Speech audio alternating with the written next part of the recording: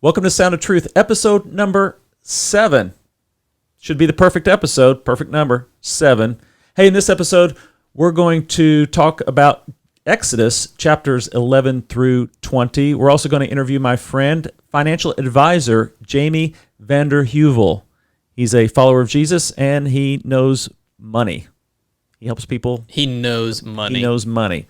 And we're going to talk about the subject of debt, which is a very important topic to a lot of Americans. So that's what's ahead on this edition of Sound of Truth, after we have a little bit of fun chit-chatting about favorite quotations. Stay tuned. All right, so favorite quotations. This was definitely a chit-chat topic that Brett came up with. Yeah, you know what? Here's the thing. Yeah, hit me. Several years ago on Facebook, they had a place on there, fill out your favorite quotations, and when we would hit the About page about someone, those would be pretty much, I wouldn't say front and center, but pretty high up on there. Now it's very hidden.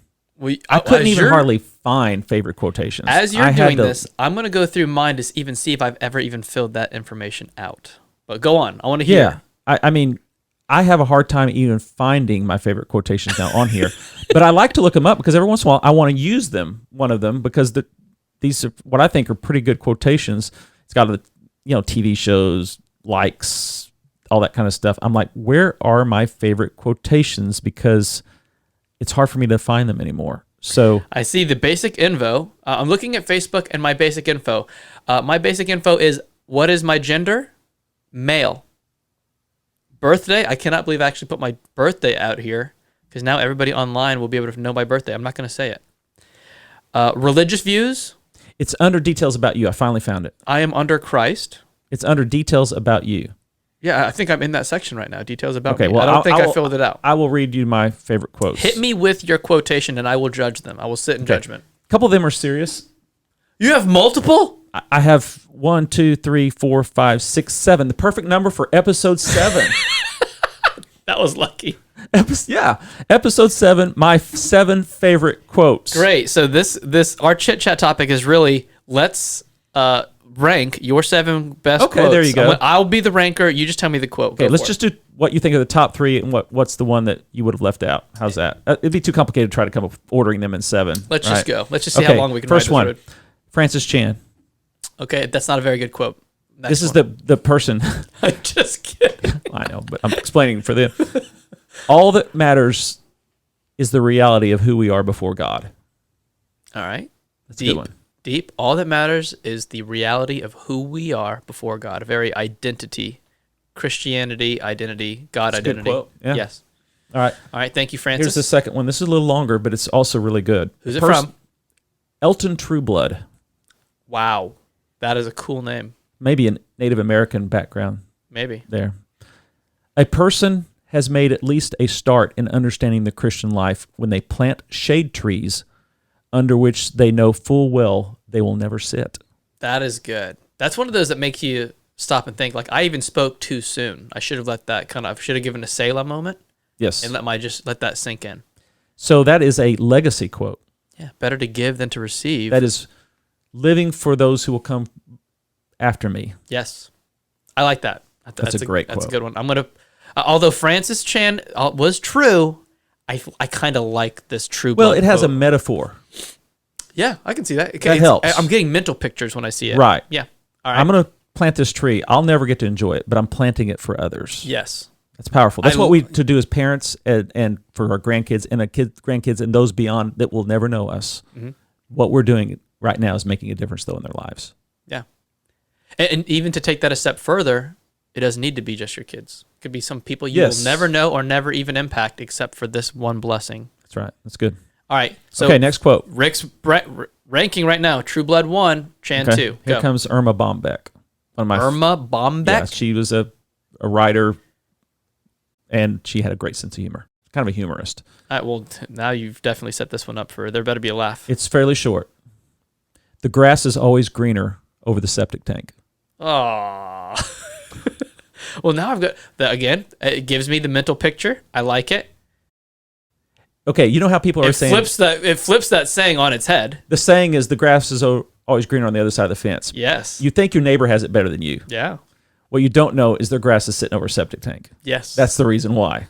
So, I think it's a great quote. I like it. Yeah, I like it. It's good. Okay. This is significant to me in that we're recording this during Black History Month. Mm-hmm.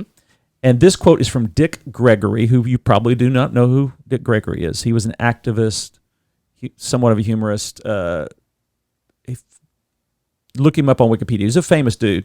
He actually went to Southern Illinois University, which was our local university, I believe on a track scholarship. He died a few years ago. He was probably in college in the 50s at SIU, maybe the early 60s. I don't recall exactly, but here's the quote. Well, before you do that, for those of you at home who are keeping track, True Blood, Chan, Bombeck. Okay. Go.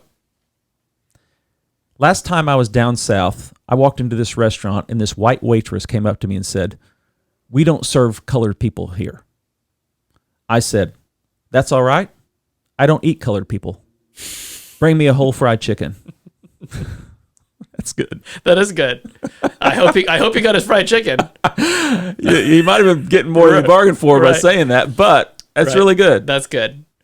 All right. I will definitely put that as... Oh, man, I feel bad because I love Francis Chan. But all of these are better. These are story quotes. Forget about who said it. You owe them nothing. This is totally the quotation. Maybe I should have not even told you who the quote was from and just gave you the quotes. Well, well, it wouldn't have. It's not affecting anything. Chan is at the bottom. I'm going to put Gregory at number 2. Okay. True Blood at number 1. Bombeck number 3. Go. Okay. Next one.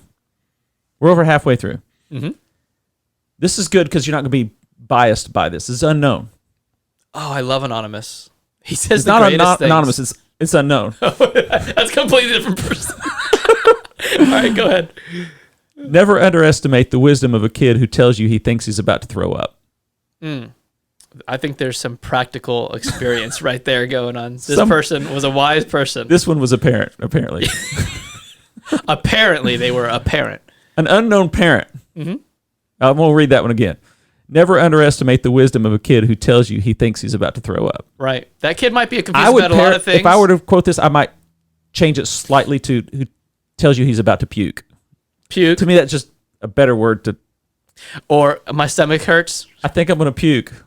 Don't doubt that wisdom. Yeah. Let's err on the side of caution. Yeah. All right. Don't underestimate the wisdom of a kid. Yeah. Okay. I'll put that one below Chan. Okay. Interesting. All right. This one's from Anonymous. Okay. Like I said, I love Anonymous. So, I don't have a pet, but if I did, I'd name him Peeve. Man, that one would have been really good for the chat. We were going to, one of these icebreaker days, we're going to be pet peeves. So we're going to recycle that quote. Yeah. I like that. Pretty good. Here's my pet peeve. Yeah, this is my pet peeve. Yeah. I have a buddy who named his dog Harley so he could say he had a Harley. Oh, that's good. I was thinking about that the other day, like some clever dog names. He said, "I go home and check on my Harley." People think he's going home to check on his really expensive motorcycle. Yeah.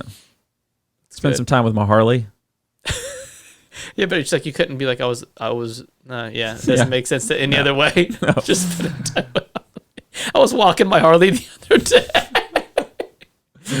Yeah. All right. Final one. That one's on the bottom. All right, go. I'm not going to tell you who said it. I'm just going to say it. Okay. In Revelation, Jesus is a prize fighter with a tattoo down his leg, a sword in his hand, and a commitment to make someone bleed. That is a guy I can worship. That's the quote. I want to see if you can guess who said it. I think I know, or at least I know someone who said something very similar. Is that he was a pastor? Mm-hmm. Very popular, and now he's kind of out of the light. He was he's back pastoring 29, X29. Mark Driscoll. Yes, Mark Driscoll. Yes. I love that picture that's of a great Jesus. Quote. That's it's one of those things that's a picture. It's another facet of the Lord that I think we all need to be reminded of. Yeah, I think isolated by itself, this quote would be dangerous, perhaps. Yes. You don't. That's kind of almost like, okay, you want to worship a guy who makes people bleed and has a tattoo and carries a sword, and you're it's like proud of serving a warrior god, this bloody god who's just bloodthirsty. So this like Thor or whatever, right? So no, it's. But the great thing about that quote is the context of our culture where it's at is we don't see Jesus at all as being holy, righteous, and just, and therefore, vengeance is mine, says the Lord. Who's going to bring that vengeance? It is the Lord Jesus Christ, according to the book of Revelation. We have cast Jesus into this image of being such a mamby-pamby, meek, feminine persona. That's what makes that quote great. It's in the context of our culture. And that's why I said that is a facet of the Lord that I'd like to see more of in our culture. So I would say that's number one. So let me see if I can remember all of them. Yeah, I would say number one because I like it. It's fun to me. Mm-hmm. And I know some people would be very offended by that picture of Jesus, but it's biblical, guys. So we've got Driscoll's number one, True Blood number two. I think that put Dick Gregory is number three. Bombeck is number four. Chan is number five. You're going for the whole seven. Yeah, and then we have, I think, Anonymous number six and Unknown number seven. Okay, good. Anonymous. That's right. I don't have a P, but if I did, I'd name him. That's right. I don't have a pet, but if I did, I'd name him Peeve. I just memorized all seven of those and put them back in the correct order. Okay, I'm just going to list for you my favorites of this list. Obviously, they're my favorite quotes anyway. Hit me with the top three, right? Top three, True Blood. Mm-hmm. Planting the shade tree that will never sit in there. Very convicting, very Christian. I like it. But before, if only we could mute you, I'm going to say I'm going to write down what I think your next ones are. Okay. So you said you already said the Driscoll one. No. That's not in my top three. You said the True Blood. That's in my top three. I don't know if it's my top or not. But. Okay. So True Blood is in your top three. All right. So and you gave me the guess on the Driscoll. So Driscoll it sounds like it's not on your top. It's not my top three. So I'm going to go with that, and then the next. Don't look at these. And then the next one is, that. All right, go ahead. Okay, I'll give you my three. My True three Blood are right there. Oh man, that's tough. True Blood, Bombeck, and Gregory. Oh, I had Gregory, but I put Chan in, not Bombeck. No, and I the Unknown one. Never underestimate the wisdom of a kid who tells you he's about to throw up. I love that one too. There's my favorite four. You can interchange those.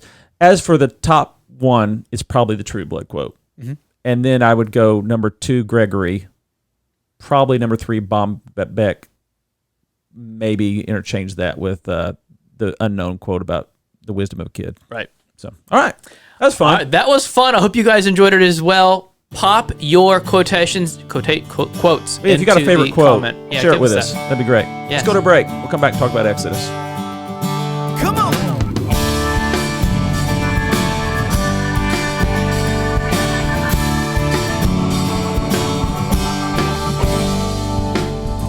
All right, we're back, and we want to talk about Exodus chapters 11 through 20, the book of Exodus. 11 through 20. And I say this every episode, but man, a lot happens in this part. I can't wait till we get to a portion where I'm like, not a lot happened in these. Oh, we'll get there. I know we will.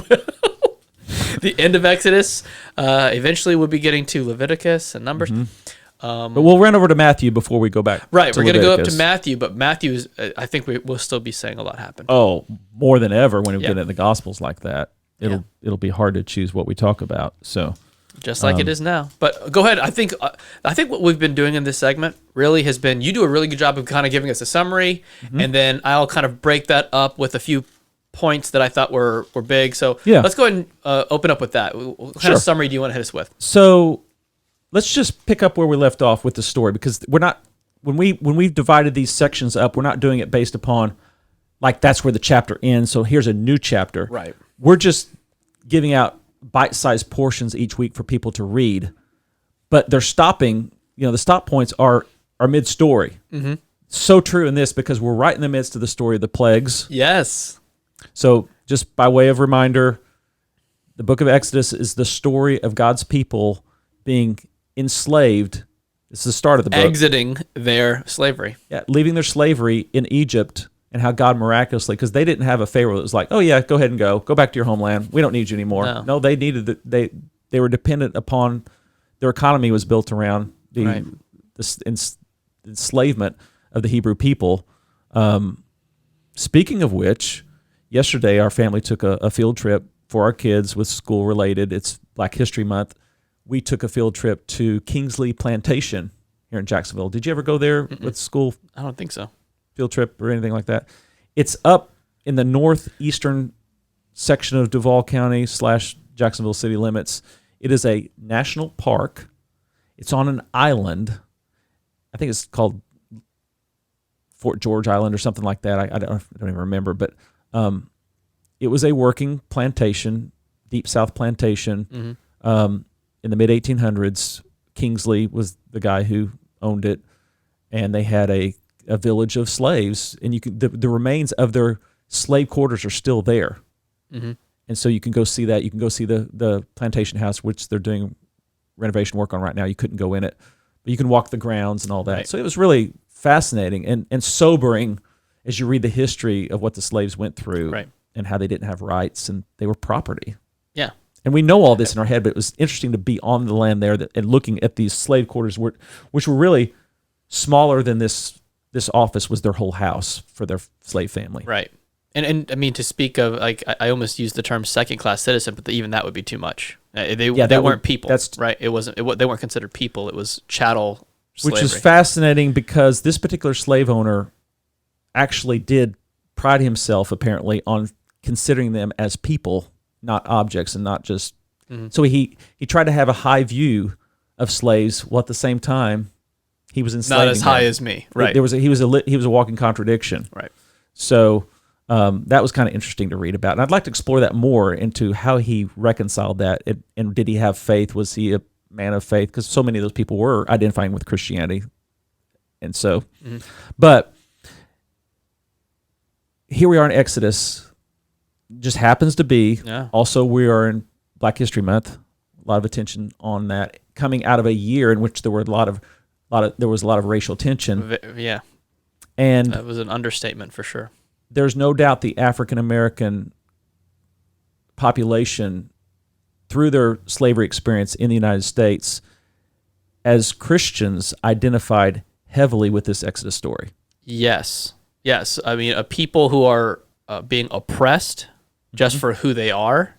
They can't change who they are, Right? and yet they're being hated. They're being oppressed. They're being killed.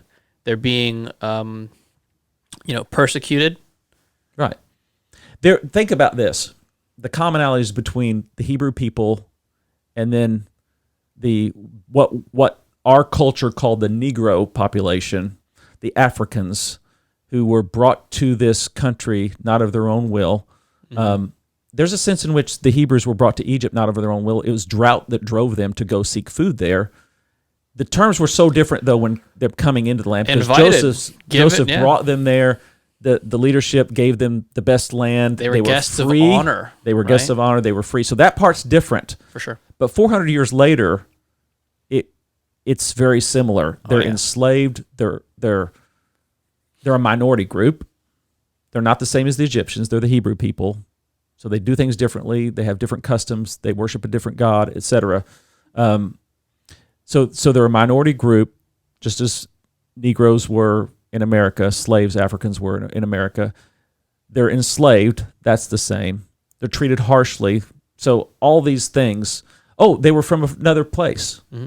The Hebrew people were not from Egypt. They were transplanted in the same way for Africans who are now African Americans. So you can understand why. I don't know that I know they're out there, but I don't know too many white men that were named Moses. But there's a lot of black people that name their children Moses.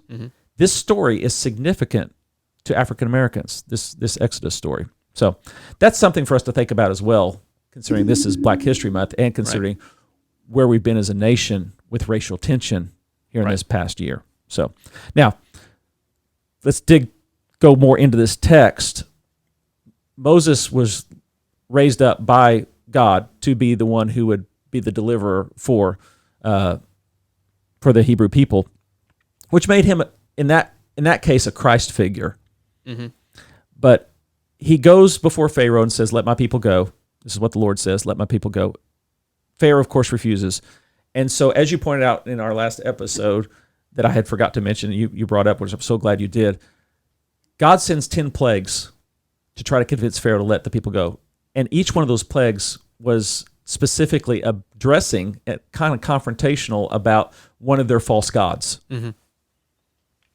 And chapters 11, we're kind of near the end of that, actually, in chapter 11. And so we get to the final plague, which is the death of the firstborn, the death angel. Mm-hmm. And then God makes provision for his people so that they wouldn't have that. They're to take the blood of a sacrifice of a lamb and put it over the door frame of their house. Perfect little lamb that they had invited into their house, no blemish. Mm-hmm. And at the end of the 7 days, I think, they would sacrifice this lamb and place its blood on their door. Right. Over the doorposts. And some even say it was be in the form of a cross. All this is pointing forward, of course, to the Messiah, Jesus Christ. Mm-hmm. And they had to his celebrate blood this. would have been on the wooden frame of this cross, whereas the blood of this lamb was on the wooden frame of this door. Yeah. Yeah. So much symbolism there that we don't have time to get into, but it's worth checking into. And you had the Passover meal that was given, and that's explained in Exodus chapter 12, that they're continuing to celebrate this Passover as a remembrance for what God was doing to lead them out. So Pharaoh finally relents. This is all in this section. Mm-hmm. He lets them go. They plunder the Egyptians. Plunder is an interesting way of saying it. They just asked the Egyptians, and the Egyptians gave everything that they asked. Yeah. They weren't going around with sword point and saying, but they might as well have, because God had been setting this whole thing up that the Egyptians wanted them to take whatever you want and go. Yeah. So it's an interesting way. Yeah. Go. The plundering of Egypt. So they take the wealth from Egypt. There's about 2 million of them. They leave Egypt. They go out into the wilderness. They go to the base of this mountain. And that's where the story ends for us in this week's reading with Exodus chapter 20. Moses goes up on the mountain, meets with God, and God gives him these 10 words, these 10 commandments that he is going to bring back down to. Now, in that midst. So the conclusion of the plagues, to the exodus of the people into the wilderness, to the giving of the 10 commandments, these are major events. Yes. Not to mention, go ahead. I'm leaving a portion of it out. Yes, and to be fair, I'll give you the front and the end. You can fill in the middle. Yeah, I'm going to fill in a little bit of the middle. All right? I don't know where you want to take it from there, but I know for a fact this story of the parting of the Red Sea is, without a doubt, probably, no, I can't say probably and say without a doubt. This is my favorite story. It's like God has placed it in my heart or in my mind. Whenever there is a trial, whenever there is a struggle, whenever there is any kind of situation where it just seems, hey, this is impossible, it's like he takes me straight back to, that's exactly what these people thought. So if anybody doesn't know the story, I'm sure everybody does. Spoiler alert, guys. The Israelites are exiting. They are on their way out, and now they are trapped. They're on their way out, but now there's a giant Red Sea that's blocking their path. They can't go any other way. They can't go back. And by this point, the Egyptians have changed their mind, and they want the Jews back. So the army is coming, and all of the people start questioning. Why didn't we just stay there? We could have died. We had graves there. We could have died in Egypt. Why did you bring us all the way out here just to die? Right. And it's Exodus 14:15. Let me go see what this says. I was reading it in a different translation, and I'm trying to get this through quick because I know I don't want to spend too much time on this in this segment here, or at least what we have left. But let me go to it. Exodus 14, verse 15. The people cry out to Moses. Moses cries out to God. Let's see what he says in the ESV. And the Lord says to Moses, "Why do you cry to me?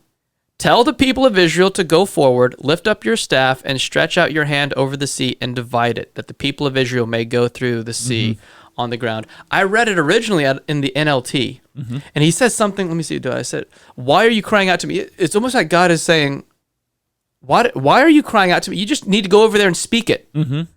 As if God was like, if you had the faith to believe instead of a heart full of doubt, you could just go out there and pray in my name, and it would be done.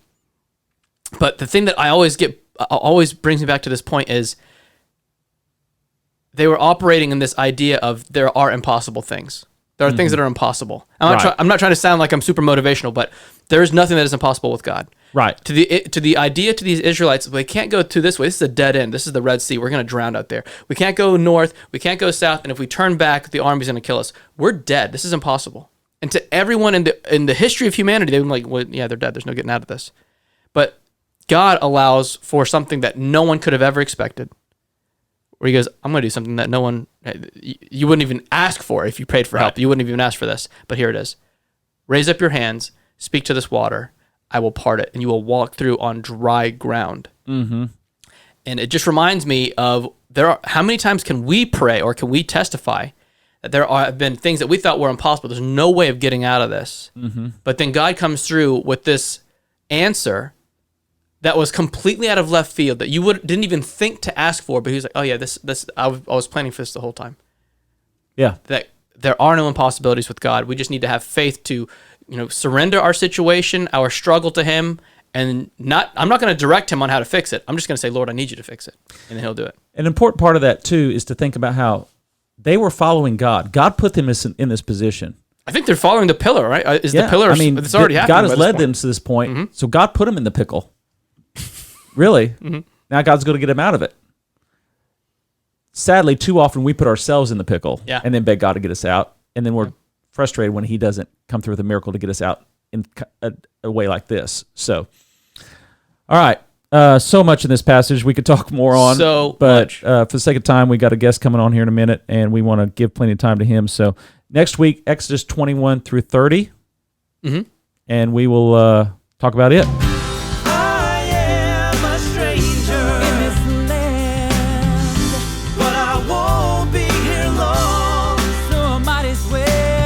Hey, Brett, so we're coming back from this segment, but as we were on this break, I noticed your shirt. I was just kind of peeking over at it. It says, when action meets compassion, lives change. Yes. So tell me about this shirt. Is there some kind of story behind this thing? Yeah, there is. I was at the local Goodwill store, just kind of shopping with the fam. Our favorite place to shop, second to Plato's Closet. Gotcha. And saw this T-shirt. I'm like, oh, I love that. And then I looked on the back, and it had a little logo emblem that says Financial Peace University. FPU. FPU, Dave Ramsey. Yeah. I'm like, I got to have it. It's like $3, and right? It fits you well. Fits me well. So, yeah, I've had it for quite a while now. And this is the perfect segue into introducing our guest with us today, which is Jamie VandenHuevel. My friend Jamie is on the phone with us, and let me just introduce you to Jamie. Jamie's a financial advisor with Capital Financial Strategies here in Jacksonville. He's been married to his wife, Carrie, for 26 years. They got 1 year on me and Lacey there. They were high school sweethearts. He's a member and elder at Creekside Christian Church here in Jacksonville and Fruit Cove area. And my friend is his pastor, Chuck Peterman. And so they reside in St. Augustine. They got 2 grown children, Jordan and Kylie Sue. And they also have a 12-year-old golden retriever named Woody. Woody. That's important to know. Yeah. Golden retriever / lab mix. Sounds like a great dog right there, that combination. So he's a big fan of Dave Ramsey, and also that's how we met Jamie. Is we went on Dave Ramsey's site looking for someone locally that we could interact with in regard to wisdom biblically, in regard to investments. And through Dave Ramsey, we discovered Jamie and called him up.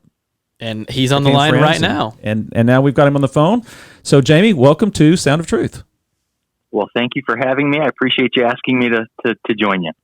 Glad to be here. Jamie, what we like to do with our having guests on here is let them share kind of their God story, the spiritual side of them. Right. So if you don't mind, would you give us the short version of your testimony of how you came to know the Lord, Jamie? Yes, I will. And again, thank you for having me. So my conversion experience is not a real dynamic one, but actually in that I think that there's a blessing. I grew up in a Christian home. My mom and dad are Christians and very active even to this day in their church, which is a Reformed church up in Michigan. And so growing up growing up in a Christian home and going to church and Sunday school and on Wednesday night catechism and pretty much all things church. I was 7 or 8 years old, and I'd been asking a lot of questions of my parents. And one evening before bed, I asked my mom specifically, I want to ask Jesus into my heart, and she prayed with me that evening and never looked back. So in that's not a real dynamic story, but one that I think is one of that I wouldn't change anything. I'd rather not have a real eventful experience. Not that life has just gone swimmingly ever Right. since, but I really am very appreciative of my upbringing, and that is my conversion experience. Wonderful. Now let's shift gears and talk about finances. Okay.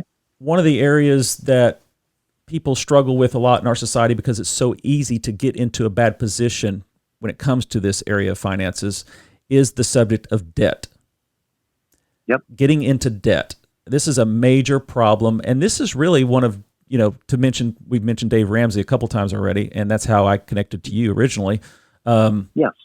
This is one of his main things that he's known for, is helping people get out of debt. And so would you address that for us, please, and kind of share what the Bible says, Sure. and maybe how people get into debt and all that? I'll just go ahead and hand it over to you and let you talk a little bit about Sure. that. Yeah. Well, Dave Ramsey has made a pretty complex topic fairly simple just by creating some baby steps. Yes. And basically what he does is, and frankly, what's interesting is I've learned them and lived them, and it's very easy for me to just transition that really to anybody that I'm talking about, whether they know who Dave Ramsey is or not. And these are biblical principles, and we'll get into that in just a second. But those steps are basically step one is to, save $1,000. If people aren't making very much money, it's $500, but save some money first of all. And then the second step is, he calls it a debt snowball, and it's take a look at all of the debt that you have and list it from highest to lowest, and start a debt snowball, focusing on the smallest debt, and really pin your ears back and pay that off, creating momentum to get yourself out of debt. And that is baby step 2. So oftentimes we get kind of stuck right there before we go any further to really have a discussion about debt. Where did it come from? How did you get into it? What are your thoughts of paying with cash, paying with credit cards? Our culture is it's very easy to slip into buying things that we cannot afford. And so that step is one that we very often hover over. And in my experience, I've facilitated the Financial Peace University course, and in group settings, we've talked about debt. And it's very interesting. Some people that get out of debt really quick, maybe they have, maybe someone maybe they get an inheritance. Maybe the others help them to get out of debt. I'm most worried about folks like that because their habits haven't changed. So what got you into the debt, we really need to address if you're going to get out of it and not go back into debt later. So the Bible says a couple things that I think are interesting about debt, 2 specific verses that I kind of lean into. Proverbs 22:7 says, "The rich rule over the poor, and the borrower is slave to the lender." And that is very true. We can read a lot into that verse, but when you're in debt to someone, to a degree, they own you. And there's freedom when there isn't this borrower and lender relationship. So when you get out of debt, you really do feel this freedom. Dave Ramsey actually has people come online and scream they're debt free. Right. And that's a big shtick that they have, and it's pretty powerful. But so that's Proverbs 22:7. Another verse that I like to kind of lean into is Luke 14:28. It says, "Suppose one of you wants to build a tower. Won't you first sit down and estimate the cost to see if you have enough money to complete it?" And again, common sense would tell us, as this verse is suggesting, don't just go willy-nilly into the next thing and not have enough, because number one, you're not going to be able to complete what you do. And number two, you're going to have to ask others to help you and to probably borrow which is not advantageous. So these are a couple of scriptures that kind of speak around the topic of debt. Right. And our society is battling against us, and we have to be aware of that. So this is a lot of what I do before we even talk about other things regarding money, but that's a big deal. Yeah, so it's really one of the initial steps for helping a person write their financial life, wouldn't you say? Absolutely. Yeah, it absolutely is, because that fits into really how you spend your money. And it flows all the way towards later, like retirement. If you don't know where your money's going, you really don't know how much you're going to need to save to be able to retire. So it's part of that discussion. That fits in also, are we being good stewards of what we have? If we don't know where it's going, how can you be a good steward? So this is kind of a budgeting topic, and that again is very central to it. We didn't need to live within our means. That's the truth. Yes. So Lord, show me more. Show me more of you. Several years ago, Jamie, I don't know if I shared this story with you. I think I might have when we first met and were discussing these issues. In our premarital counseling with Lacey's pastor at the time, who had been her pastor most of her life, he spent probably half the time talking to us about avoiding debt, believe it or not. Wow. Yep. Yeah. And specifically trying to convince me that I never needed to go into debt for a vehicle, which was fascinating. But because my parents had always gone into debt for vehicles, but he had never gone into debt for a vehicle himself, and he was wanting to persuade us to do the same. It didn't take him much to convince me, but he spent a long time explaining the wisdom of that, and it really connected with me and was fascinating to think about seeking to avoid debt for things that depreciate versus things that appreciate. Do you want to speak to that as well? Yes. Well, so, and I think I recall you telling me about this, and I was equally fascinated the first time I heard it. That really is wise, especially with vehicles. It's a little bit harder with things like homes because how expensive they are. It's very difficult to do the same thing with a home. But if we're immediately going out and really getting sold a vehicle, as we all know, a bright, shiny new car is very expensive, or truck. And the minute you drive it off that lot, it's depreciating significantly, and you're immediately losing money value in that item.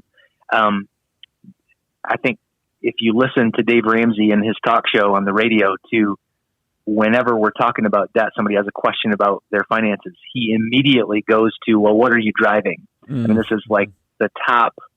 I always hear him reference this, and then you learn really quickly that people like to compartmentalize what they own. They don't really look at, my car or my truck doesn't count, even though it's a $60,000 vehicle, and you borrowed, $55,000 is what you owe on it, and if you could sell it right now, it might be worth $25,000. You're upside down in it, and that's a huge problem, and probably the most popular item where people get upside down really quickly. Which is why I brought it up, because I do think that is one of the least. It's not an investment. A vehicle is not an investment unless of course, it's tied into your company and you need it for your job. It could be seen as an investment, et cetera. But the depreciation of a vehicle in relationship to the payments, et cetera, like you said, it's almost always an upside down situation. It's never. Correct. Whereas with a house, by and large, historically, it is an appreciative investment. It's appreciating usually, not always, but true. True. So I don't remember where I heard this. I don't remember if it's from Larry Burkett back in the day or from Lacey's pastor, Dr. Emmert. But two things he felt like were worthwhile to go into debt for were a home and education. Really even challenging the education side. Now I would say, and that was, probably 25 years ago that he gave you that counsel.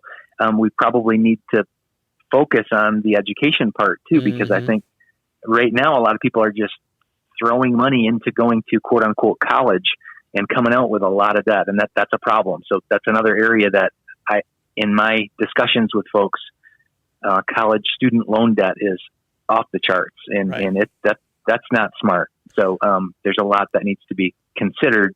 That's an That excellent needs to be point. considered. Yeah. No, I'm glad you mentioned that. I had thought you're right. That is a great point, because sometimes it's not worth the investment. I hate No. to say it, but the education's what the amount of money put into it versus what you get out of it these days is questionable. Well, I mean, Very true. and even going along with that, it's a very popular thing right now going on in more greater political discussion is maybe the government just, and I don't want to go into that topic right now, but it's become such a heavy topic that they're asking this is, why doesn't the government just pay $25,000 or $50,000 worth of student debt and kind of wipe it clean for so many people? And I don't want to get into whether they should or they shouldn't, but at the very least, it's revealing that there are There's a a problem. large amount of people out there that are as you guys are saying, they're underwater. Maybe not for a car. They're underwater in terms of education. Right. Yep. Not to mention, Very true. and I know we're kind of getting off topic slightly with this, but not to mention the fact that we do need to perhaps question, is it even wise to put thousands of dollars into an education, which maybe a large percentage of that time those professors are going to just simply be trying to indoctrinate your children away from your values. Right. Very true. Very So- true. Yes. These are things we need to Completely think agree. about in stewarding God's money. Yeah, the real question is if we're going to keep it to a financial discussion, and whether we want to or not is up to us, but is that education going to be worth what you're paying? Mm-hmm. You know, whether it's indoctrination or whether the job at the end of it is actually going to pay off the debt that you just went into to get that job or whatever it may be. It's kind of like you were talking about with the car. You're paying $60,000 for a car that next year is going to be worth 25 or 30, and that might be an exaggeration, but it's not too Seems far like off. it drops that fast. Right.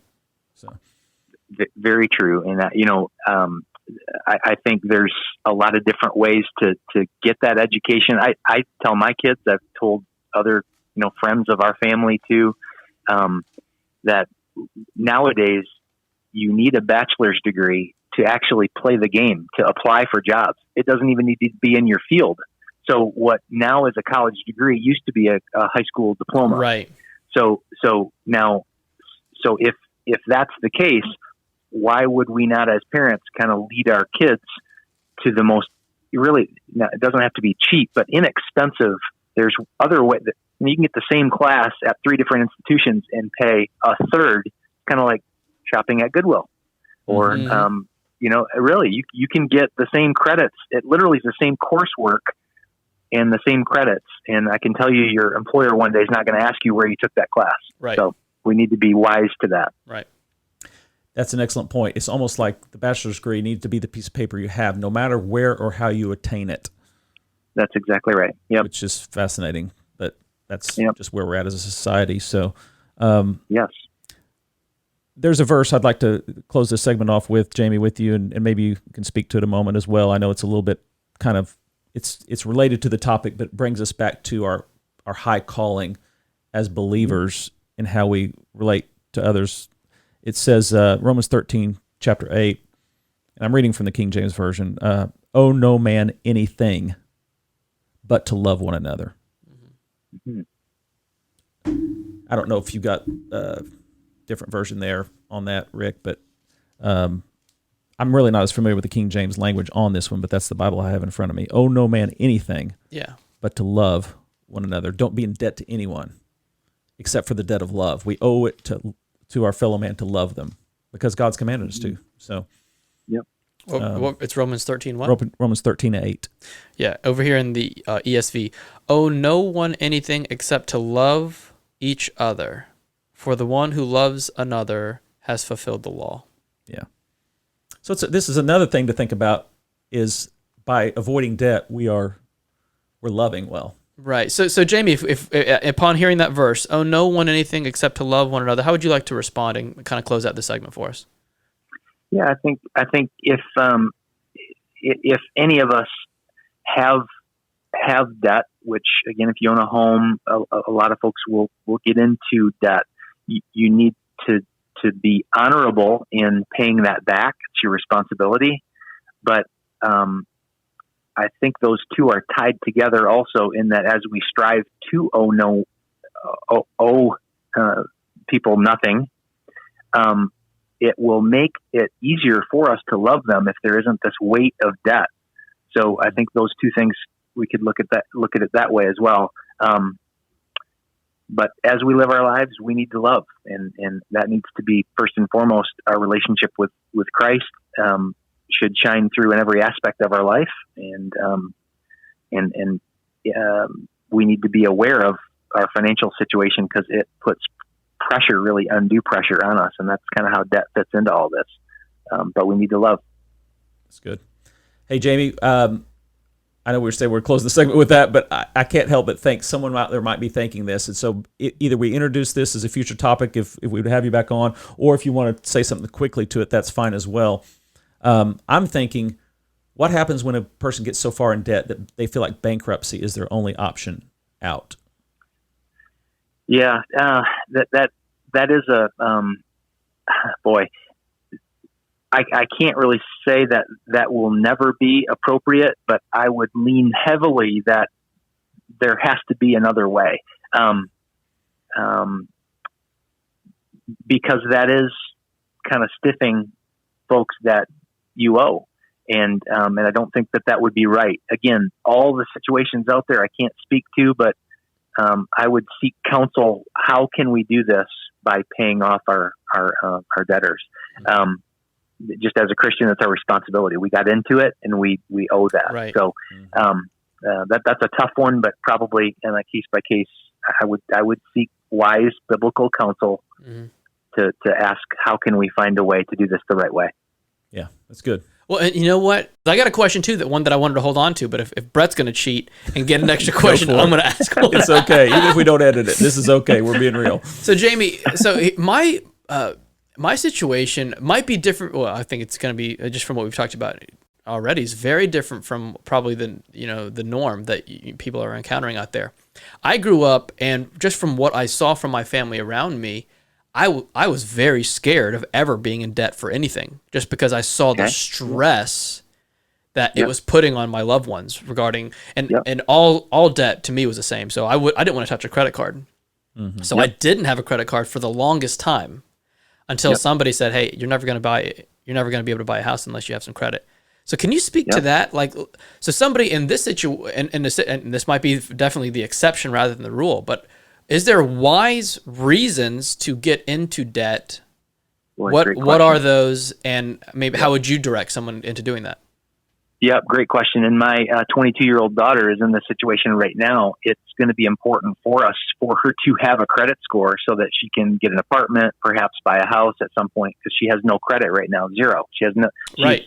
That was invisible, me. Basically. Yeah, that was me. Well, and so we're literally talking about this. And the thing is, our lives, like it or not, that credit score is important, because when you buy insurance on your vehicle, part of how your premium is derived is your credit score. So it's important that you do have a score.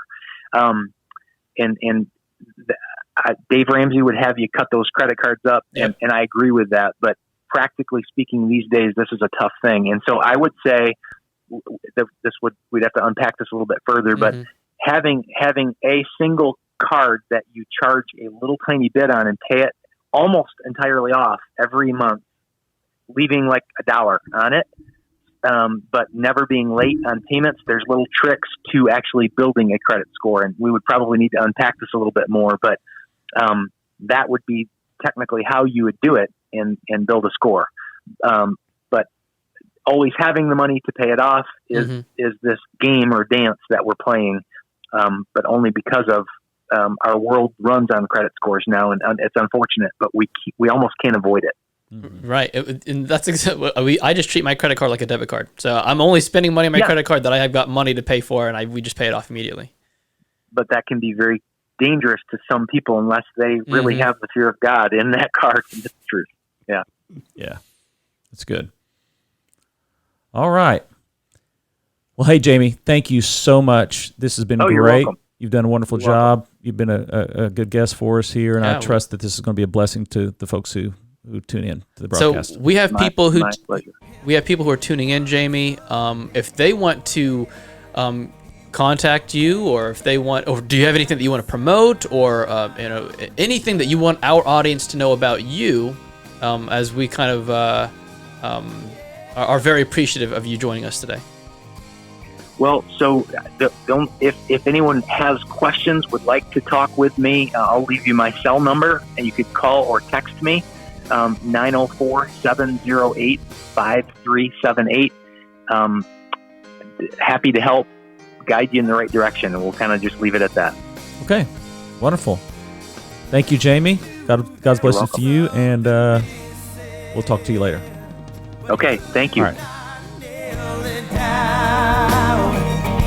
And then one Sunday morning, he was awakened by the sound. He knew there was something missing, but he couldn't